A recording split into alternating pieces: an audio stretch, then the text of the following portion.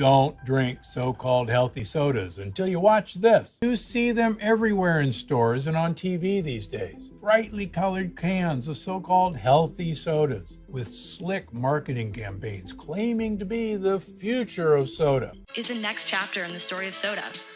The future of soda is now. They tell you their drinks are packed with things like prebiotic fiber, apple cider vinegar, and gut-friendly ingredients. You'll hear that they can do everything from help you lose weight and improve your skin to providing a needed immunity boost, and that you deserve to reclaim the joy of drinking soda with none of the guilt. But can a soda truly revolutionize your health? When you see influencers with these shiny soda cans, pay attention to what they're not telling you. If you turn one of these sodas around and look closely at the nutrition label, they suddenly don't quite look so gut-friendly anymore. One of the best-selling brands contains 16 grams of carb in a single can. That's about the same as a small candy bar.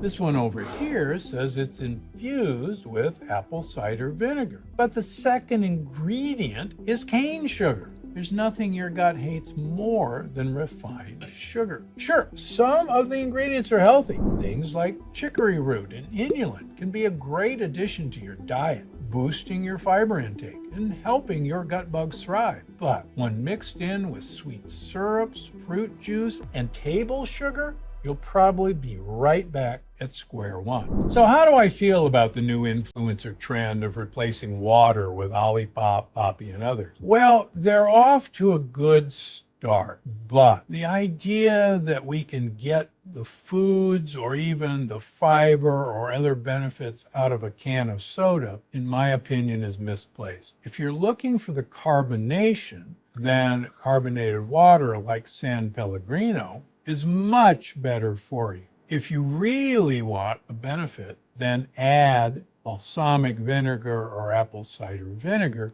to the San Pellegrino, and you'll get more benefit without the addition of sugar and other ingredients.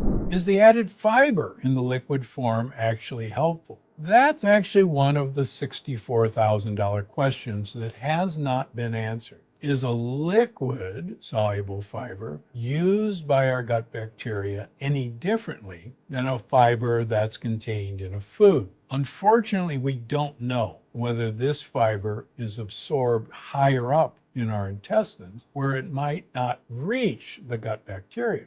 Furthermore, if you actually are worried about bloating and gas, having a liquid fiber in a fizzy form may actually give you more bloating and gas, which you don't want in the first place.